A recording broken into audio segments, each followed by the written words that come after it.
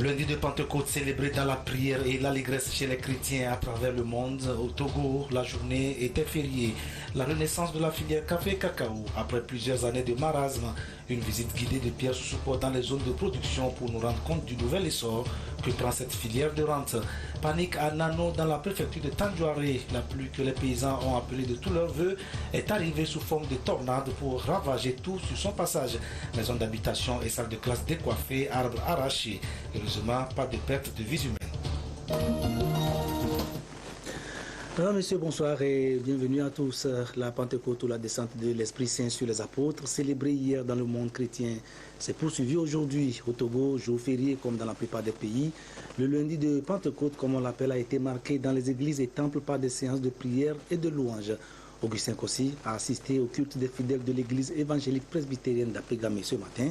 Son reportage nous est présenté par Rachel Aokou.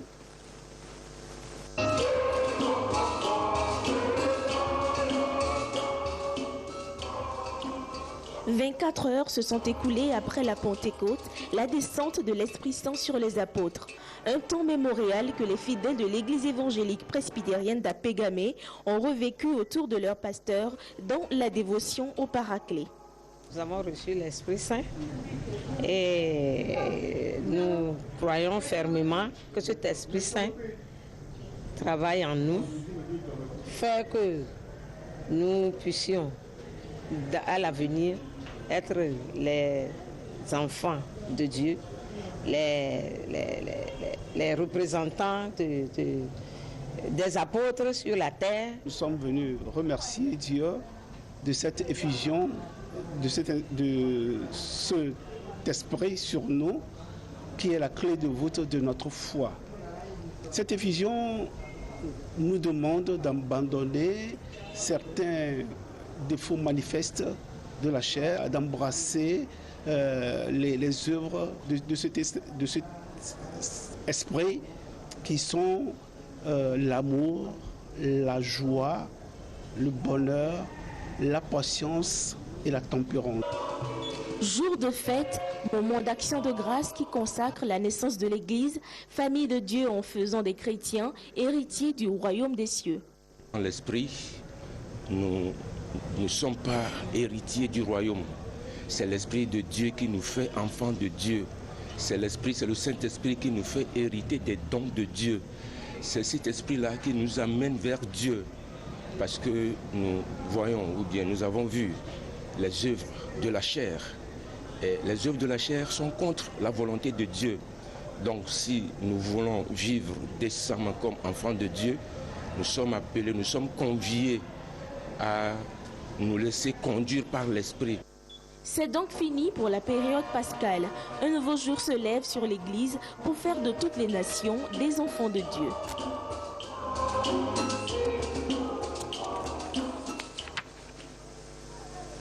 Sur le terrain du bas-fond du collège Saint-Joseph de Lomé, la célébration du lundi de Pentecôte a été l'occasion pour les fidèles du renouveau charismatique catholique de rendre grâce au Saint-Esprit pour ses multiples dons à travers une messe spéciale qui s'est déroulée dans une atmosphère très festive, comme nous allons le voir dans ce reportage de Tchazinam Baga. Comme les premiers apôtres, ces fidèles catholiques, membres du renouveau charismatique des doyennés de Lomé, ont tenu à proclamer la puissance de l'Esprit Saint et témoigner de ses multiples dons à travers cette messe d'action de grâce.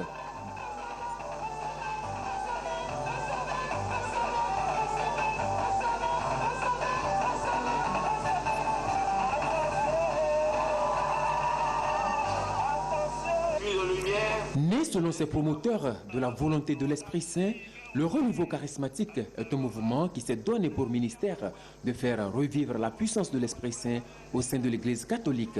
Depuis un temps, on ne sent plus dans l'Église catholique la manifestation de l'Esprit Saint. Mais le renouveau a pris sur lui de faire revivre encore les manifestations de l'Esprit Saint des premiers chrétiens. Alors là, notre spiritualité est basée surtout sur l'Esprit Saint. Comme c'est au jour de la Pentecôte que l'Esprit Saint est descendu sur les apôtres, ils sont sortis en grand nombre pour évangéliser, pour parler au peuple. C'est pour cela que le nouveau charismatique catholique, dans son ensemble aussi, a choisi le lundi de Pentecôte pour se réjouir après avoir reçu l'Esprit Saint. Célébration eucharistique spéciale donc. Voilà pourquoi le Père Bokovi-Sébastien a exhorté les fidèles à vivre sous la conduite de l'Esprit Saint. Il a également fait des témoignages sur les nombreuses réalisations du renouveau charismatique au sein de l'Église catholique. Combien de gens ont redécouvert la foi et la joie dans la prière, la puissance et la beauté de la parole de Dieu, traduisant tout cela dans un généreux service de la mission de l'Église. Que nos vies ont été profondément transformées par le renouveau grâce à l'action de l'Esprit Saint dans la vie.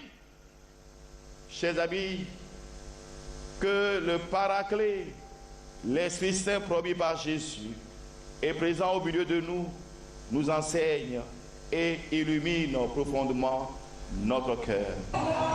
Le renouveau charismatique est né depuis 1967 dans l'Église catholique.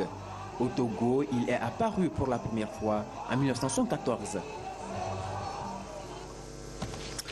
Agriculture à présent avec ce coup de projecteur sur un secteur en pleine renaissance. Il s'agit de la filière café-cacao. Après le marasme des années 90, caractérisé par une sous-production due au vieillissement des plantes et à la chute des prix sur le marché international, la filière café-cacao reprend des couleurs. Un regain de dynamisme que l'on doit aux nombreuses ressources financières injectées dans le secteur par le gouvernement avec l'appui des partenaires. Aujourd'hui, les preuves sont là. La culture du café et du cacao est en plein essor au Togo. Dans les milieux des producteurs, on se frotte les mains. Pierre Soussouko.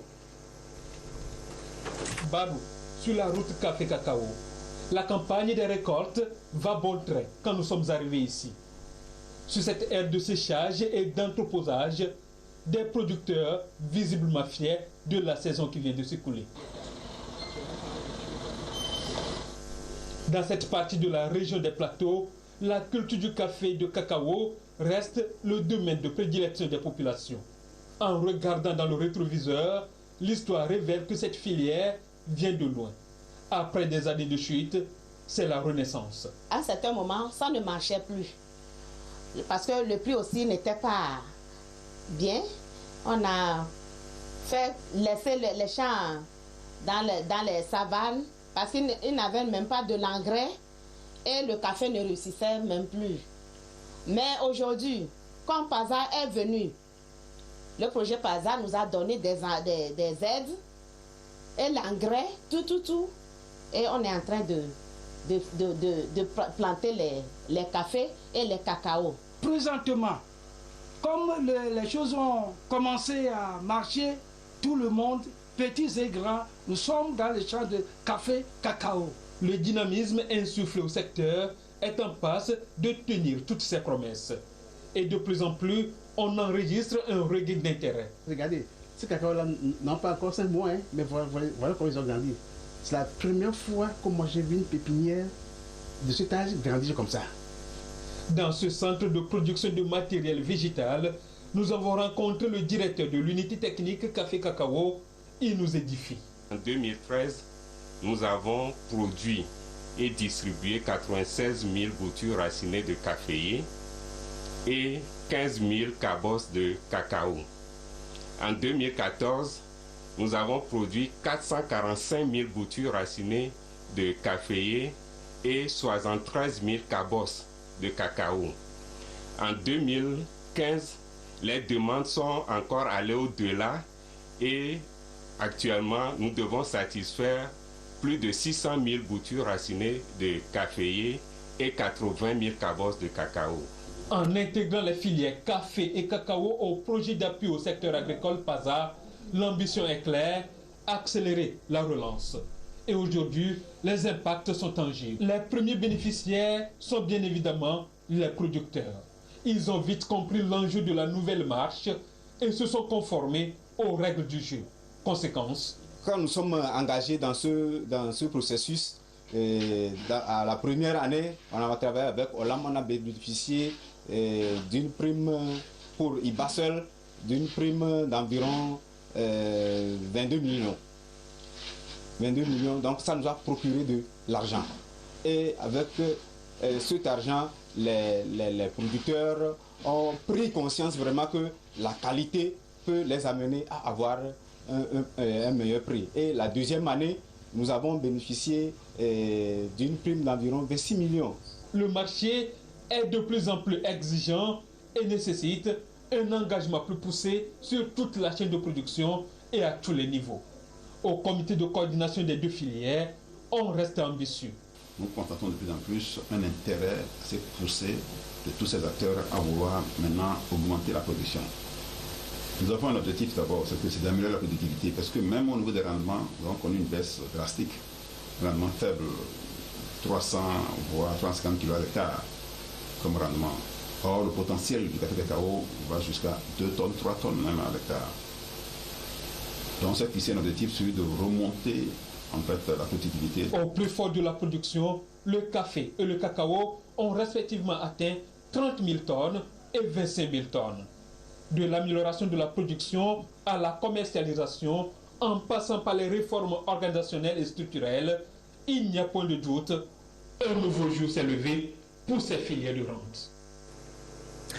Eux, ils ont passé toute leur carrière au service d'un autre secteur en charge de la production et de la commercialisation du coton, l'autre culture de rente en pleine redynamisation. Pour eux, le moment est arrivé de faire valoir leur droit à la retraite. Pour leur exprimer sa reconnaissance, leur employeur, la NSCT, Nouvelle Société Cotonnière du Togo, dont le siège se trouve à Atakpamé, a organisé une fête en leur honneur. Yves Agbebibi. Ils ont consacré leur vie à la production de l'or blanc, le coton au Togo, depuis la société togolaise du coton Sotoko à la nouvelle société cotonnière NSCT aujourd'hui. Environ 30 ans de carrière qui ont mérité la reconnaissance de la NSCT. Les agents, une trentaine, ont été honorés et ont reçu chacun un certificat de reconnaissance, une enveloppe financière et un colis. C'est une activité qui demande beaucoup d'efforts, beaucoup de sacrifices. Nous avons des agents qui ont fait jusqu'à 30 ans, 33 ans, 36 ans de service. Et il est très important de les honorer, de les féliciter pour le travail qui a été abattu et de faire en sorte que ceux qui continuent puissent avoir le courage de continuer leur travail en sachant qu'ils seront reconnus un jour. Travailler durant 33 ans et avoir la chance de finir sa carrière dans de bonnes conditions, on ne peut que remercier le Seigneur. C'est un sentiment de reconnaissance, de joie d'être honoré. L'événement qui s'est déroulé à l'espace de loisirs de la NSCT à Takpamé a été suivi d'un partage de mets. L'ONG La Chaîne de l'Espoir poursuit ses actions humanitaires en faveur des enfants à travers le territoire national.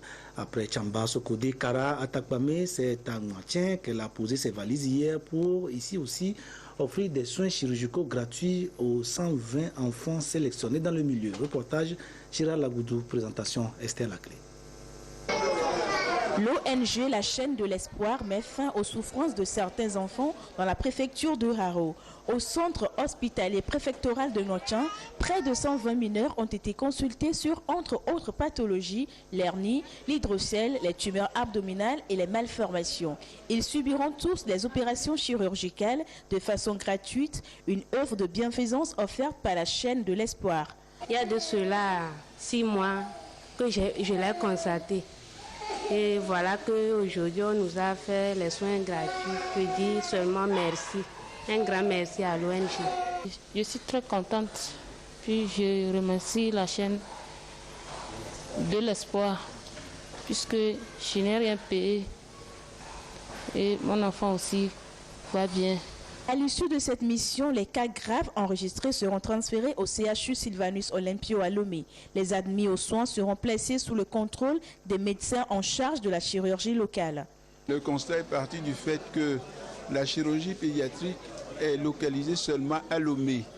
Et alors qu'on sait que dans nos localités reculées de Lomé, il y a des enfants qui ne peuvent jamais venir à Lomé, mais qui ont des problèmes chirurgicaux. Alors nous, on a choisi de nous déplacer maintenant vers eux, dans leur localité, de les opérer sur place. Et quand on arrive, on en trouve beaucoup. Nous sommes en retrait, puisque l'idée, c'est vraiment d'avoir les équipes nationales qui ont été un petit peu appuyées par la chaîne de l'espoir au niveau de développement de compétences. Et nous soutenons plutôt financièrement et logistiquement les missions de l'équipe du professeur Tekou qui se déplace avec notre appui et avec l'appui de Charlotte qui vient en tant qu'anesthésiste de France. Au-delà de cette mission qui soulage les peines des enfants, l'ONG La Chaîne de l'Espoir intervient également dans le volet éducation. Implantée au Togo il y a de cela 13 ans, elle a sa base en France. Le plan international aussi est actuellement en pleine activité humanitaire au profit des communautés à la base. Là-bas, la catégorie sociale cible, ce sont les femmes et leurs bébés. En partenariat avec l'Agence française de développement, Plan international offre des ambulances à 3 roues, des motos-ambulances en l'occurrence, aux petites structures sanitaires de l'intérieur du pays. Elle vient ainsi d'en remettre 4 à des dispensaires de la préfecture de l'Est Mono, des moyens de transport de proximité, comme ils appellent ces engins, pour améliorer la prise en charge des mères et de leurs nouveau-nés. Reportage d'Herman Sonkoy. 4 motos-ambulances d'une valeur de 6 millions de francs CFA ont été remises à 4 communautés de la préfecture de l'Est Mono. Un don de l'ONG Plan International et de l'Agence française de développement qui s'inscrit dans le cadre du projet Santé maternelle et infantile mis en œuvre par Plan Togo dans l'Est Mono. Ces motos-ambulances vont principalement servir de moyens de transport de proximité pour une meilleure prise en charge des nouveau-nés et de leurs mères dans les centres de santé.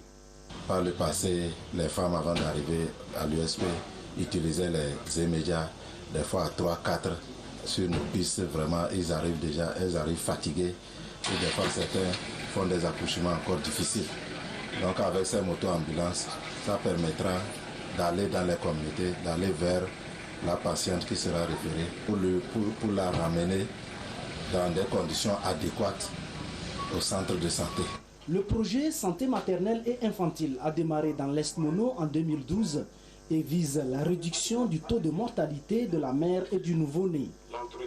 L'analyse de la situation a montré que le système de référence contre référence n'est pas aussi opérationnel dans le district. Quand il y a retard de prise en charge, les conséquences directes également, ça peut être des décès des mères, des décès maternels ou bien infantiles. À la veille de cette cérémonie de réception des motos-ambulances, 2 manuels ont été validés par les communautés de l'Est Mono, Plan Togo et ses partenaires. Il s'agit du manuel de gestion de ces motos-ambulances et celui des médicaments des soins obstétricaux et néonataux d'urgence de base.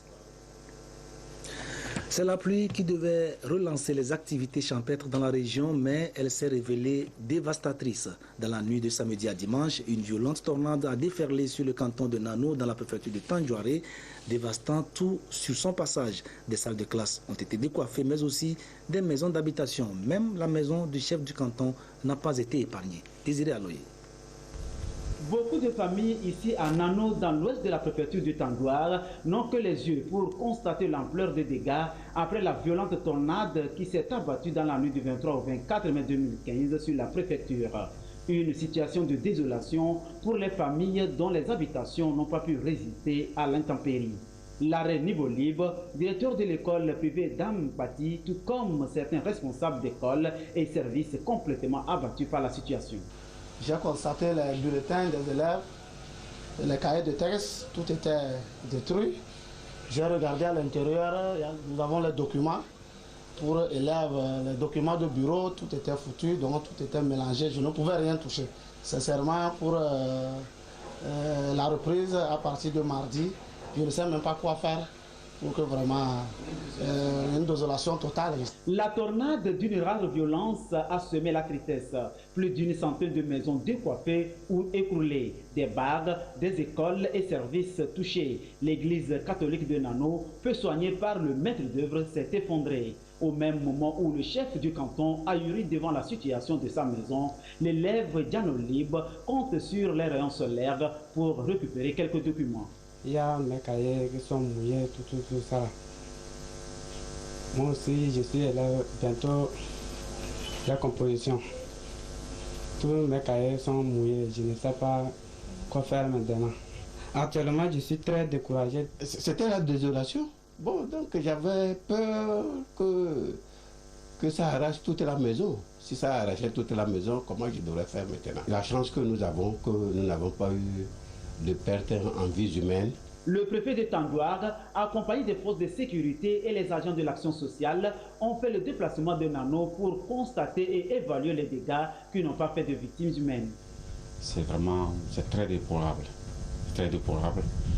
Et je voulais apporter ma compassion et celle du gouvernement à toute la population en attendant qu'une réaction du ministère de tutelle puisse quand même voir ce qu'il faut faire pour apporter un appui substantiel pour leur permettre de reprendre vie et de démarrer dans la joie leur culture.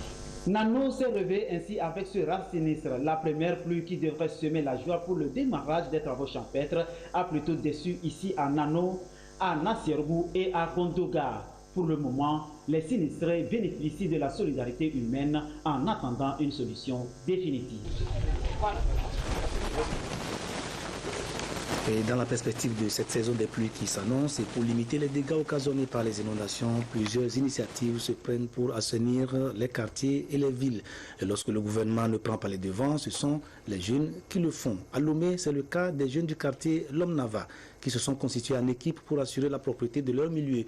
L'initiative a séduit le ministère du Développement à la base qui a décidé d'apporter à ses auteurs son appui matériel, ce qui a contribué à renforcer leur capacité opérationnelle. Pierre Soussoupo a vu ces jeunes à l'œuvre. Voici son reportage présenté par Rachel Aoko.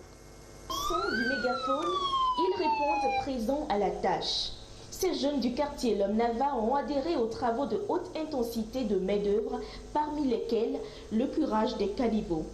Pour Maouli et son équipe, plus qu'un projet, c'est un engagement pour rendre plus sain et plus vivable l'environnement. Vous n'êtes pas sans savoir que la MADEP est en train de prendre des quartiers les plus vulnérables du Togo et qu'aujourd'hui, notre quartier Lomnava aussi en profite. Et que c'est à travers la MADEP que nous avons organisé ces genres de travaux pour pouvoir curer notre quartier.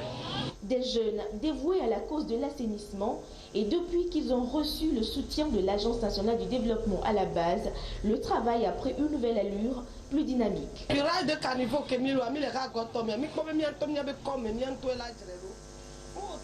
Nous avons pris conscience qu'il nous revient de prendre soin de notre environnement. Ce n'est pas seulement l'affaire des autorités du pays. Chacun doit faire sa part pour la propreté de nos quartiers et villes. Au-delà des rémunérations, l'équipe est régulièrement assistée dans la mise à disposition du matériel de travail beaucoup plus moderne. Parfois, c'est avec la brigade verte que Maouli et ses collaborateurs vont de quartier en quartier. Les plus vulnérables surtout pourront appeler au sens civique et citoyen. L'accès à un assainissement de base reste une affaire de tous et la conscience collective reste interpellée pour faire de nos villes et quartiers des cadres plus attractifs et plus accueillants. Les membres de la coopérative d'épargne de crédit La Fructueuse étaient en assemblée générale ce lundi. Une assemblée ordinaire et élective consacrée notamment à la présentation des rapports d'activité de l'exercice 2014, à la révision des statuts et à la mise en place d'un nouveau bureau. Compte rendu quoi siglé Sylvain Raboutou. Elle veut repartir sur de nouvelles bases. La COPEC La Fructueuse. À cette 8e assemblée générale ordinaire, le bilan des activités exercice 2014. Cette institution financière veut relever les nouveaux défis, examiner ses forces et faiblesses afin de redynamiser sa machine économique pour une meilleure prestation de services. Ce rendez-vous permettra donc aux promoteurs et aux membres de scruter le chemin parcouru et de partir sur de nouvelles orientations stratégiques. COPEC La Fructueuse a enregistré de meilleures performances économiques ces dernières années. Elle est passée d'un bénéfice de 2 millions à 28 millions. Un bond en avant qui n'est que le résultat d'une synergie d'action. La bonne gouvernance et la veille et une franche collaboration des administrateurs et de la direction. Et tous ces principes et surtout le code de la déontologie dans le système des microfinances a permis de redresser l'administration et de corriger un certain nombre d'incohérences, d'irrégularités. La vision de la COPEC, endiguer la pauvreté et contribuer efficacement à l'amélioration des conditions de vie des populations, tout en consolidant la solidité financière de la coopérative. Et pour y arriver, des perspectives s'annoncent plus conséquentes. Et nous avons voulu mettre 2 produits à la disposition de la population, bien des membres. De plus, nous voulons atteindre gagner un nouveau membre de 5500 de plus cette année. Et également, nous voulons porter nos encours à 1 milliard et en coût de crédit à 1 milliard et en coût de dépôt à 1 milliard 500. Au terme de cette 8e assemblée, une nouvelle équipe dirigeante va conduire les prochaines activités de la COPEC pour 3 ans. Elle a pour mission de veiller au fonctionnement et à la bonne gestion de l'institution pour un rayonnement encore plus éclatant. Actualité politique, un mois jour pour jour après l'élection présidentielle qui a consacré la victoire de Fornia Singbe, le président du PDP sort de son silence. M. Bassabi Kagbara, qui n'a pas été candidat à cette élection et qui n'a pas non plus donné de consigne de vote, se prononce sur le scrutin. Lors d'une rencontre ce lundi avec la presse, le président du PDP s'est félicité du climat qui a régné dans le pays durant le processus électoral et a souhaité qu'il en soit ainsi dorénavant au Togo à chaque échéance. Compte rendu, Rachel Aokou, Esther Laclé. Un mois jour pour jour après le scrutin d'avril dernier, Bassabi Kagbara du PDP, Parti démocratique panafricain, sort de son mutisme. Il se prononce sur le processus électoral. Depuis l'élection présidentielle donc, du 25 avril jusqu'à ce jour, nous n'avons pas réagi, nous avons gardé un certain mutisme. Et nous nous sommes dit, le temps a fait son temps et qu'il faudrait quand même que le PDP fasse entendre sa voix, marquer sa visibilité, son existence, qu'il continue d'exister et de travailler sur le terrain, même si dans la presse et dans les médias, il ne se fait pas beaucoup entendre. Comme de notre habitude, nous parlons peu et nous préférons agir beaucoup sur le terrain. Bassabi Kagbara a également félicité les différents acteurs de ce processus électoral. La question des réformes et la tenue des élections locales sont entre autres préoccupations du PDP. Absent du dernier scrutin présidentiel, le parti de Bassabi Kagbara appelle les acteurs de l'opposition à asseoir une stratégie commune pour atteindre les objectifs fixés. Le canton de Kovié était en fête ce lundi. Les natifs de cette localité de la préfecture de Zio ont célébré du Kokpedazan ou fête des retrouvailles.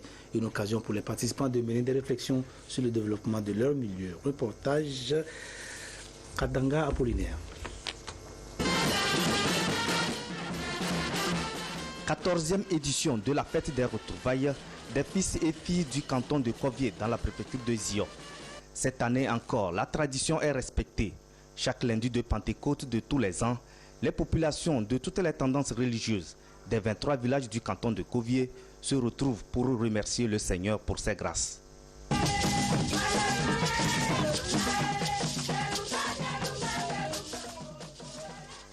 Nous avons remarqué que à Kovié, on a beaucoup d'intellectuels. Nous avons beaucoup de prêtres. Statistiquement, il y a plus de prêtres de Kovié dans l'église catholique. Nous avons beaucoup de pasteurs et nous avons décidé de rendre grâce à Dieu à travers ces fêtes. L'édition 2015 de la fête du Kokpedazan est placée cette fois-ci sous le signe de l'union et du développement du canton. Nous savons dans ce canton que sans Dieu, pas de développement. Sans Dieu, pas de bonne santé. Sans Dieu, pas de bonne agriculture. Sans Dieu, rien ne marche. Pas de développement si la vision n'est pas derrière ce tact-là. Et nous savons également que lorsqu'on n'est pas unis, lorsqu'on ne met pas ensemble nos énergies, nous ne pouvons pas nous développer. Démarrées depuis samedi par diverses activités, les festivités marquant du Kokpedazan ont pris fin par une prière œcuménique, des chants chorales et des danses traditionnelles. Culture, le cinéma français était au firmament du 68e Festival de Cannes ce week-end. C'est Jacques Audiard, un réalisateur français qui a raflé la Palme d'Or, la plus haute distinction du festival, tandis que deux autres Français, Emmanuel Berco et Vincent Lindon, se voyaient décerner les prix d'interprétation des exploits salués unanimement par la population française, au-devant de laquelle le président François Hollande. Héros au Festival du cinéma de Cannes, 0 au Festival de musique Eurovision de Vienne. Et ça, c'était le samedi dernier. Sur les 27 concurrents, la France s'était classée 25e. Un concours remporté par un jeune Suédois pour sa chanson Hero. The winner is... Ah, pardon, le gagnant, c'est la Suède. Une victoire haut la main sur fond de tableau numérique.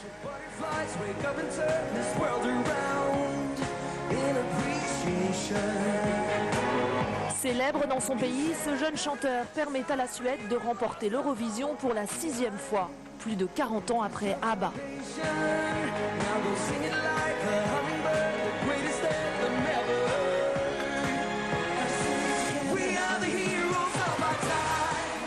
Cette année, il n'était que 10 candidats sur 27 à chanter dans leur langue nationale. La plupart chantaient en anglais, même la Russe arrivait 2e sur le podium.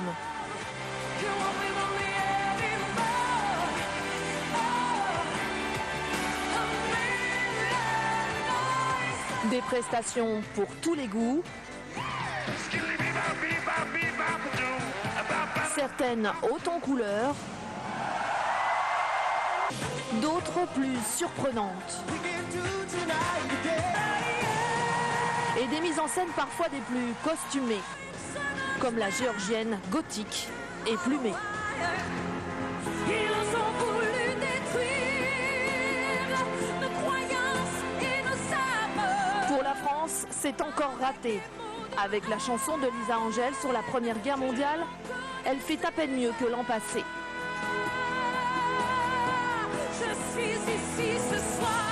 Elle finit 25e sur 27.